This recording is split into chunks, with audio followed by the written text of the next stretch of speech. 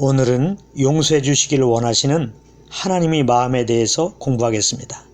하나님은 우리가 잘못했을 때 벌 주기를 원하시는 분이 아니라 용서해 주시기를 원하시는 분이십니다.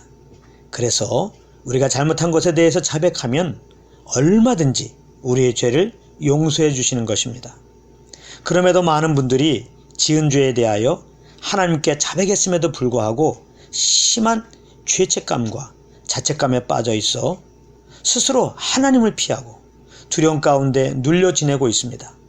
그래서 용서해 주시기를 원하시는 하나님의 마음을 아는 것이 너무 중요합니다. 베드로도 예수님을 3번 부인한 이후에 심한 죄책감에 빠져 있었습니다. 물론 그는 3번 부인한 순간 다구는 소리를 듣고 예수님이 하신 말씀이 생각나서 심히 통곡하며 회개를 했습니다. 그럼에도 그는 자기가 너무나 큰 죄를 지었다는 죄책감에 사로잡혀 있어서 예수님이 부활하시던 날 그 빈 무덤을 목격하고도 예수님께 가지 못했고 오히려 얼마 뒤에는 예수님을 피해 물고기를 잡으러 바닷가에 가버렸습니다. 이렇게 죄책감을 가지면 주님을 피하게 되는 것입니다. 그러나 그런 베드로를 아셨던 예수님은 용서해 주시기 원하시는 하나님의 마음으로 베드로를 친히 찾아가셨습니다. 그리고는 생선과 떡을 주시며 이렇게 똑같은 질문을 3번이나 하십니다. 내가 나를 사랑하느냐? 내가 나를 사랑하느냐? 내가 나를 사랑하느냐? 그러므로 이 말씀은 베드로가 예수님을 사랑하고 있는지 몰라서 물은 것이 아닙니다. 나는 예수님께 큰 죄를 범했어.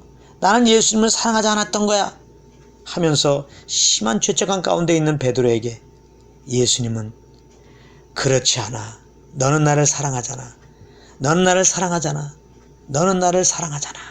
라고 베드로의 그 주님을 향해 무너진 중심을 일으켜 주시려고 하신 말씀입니다. 그러므로 용서하기를 원하시는 하나님의 마음으로 이 질문을 풀어오면 이것입니다. 베드로야, 너 진실로 잘못했다고 했잖아.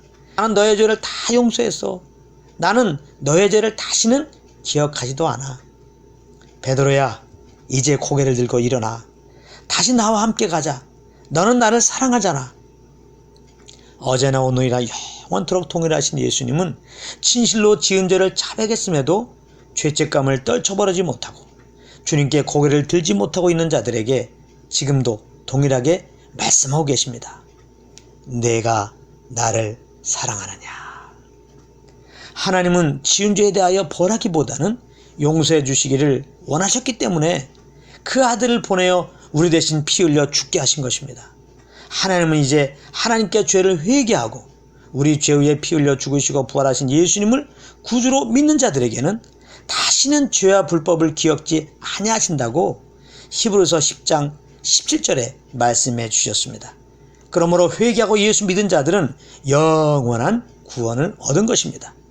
그리고 요한일서 1장 9절 말씀에는 믿는 자들이 잘못했을 때 하나님께 그 죄를 자백하면 그 죄와 불법을 깨끗하게 해주신다고 약속해 주셨습니다.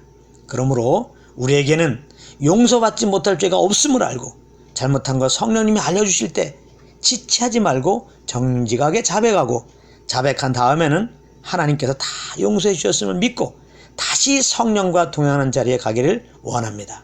그래서 그 영혼이 참 자유함을 누리고 아직까지도 이 용서하기 원하시는 하나님의 마음을 모른 채 회개하고도 죄책감에 눌려있는 영혼들에게 이 하나님의 마음을 담대히 증거하는 여러분들이 되기를 예수 이름으로 축복합니다.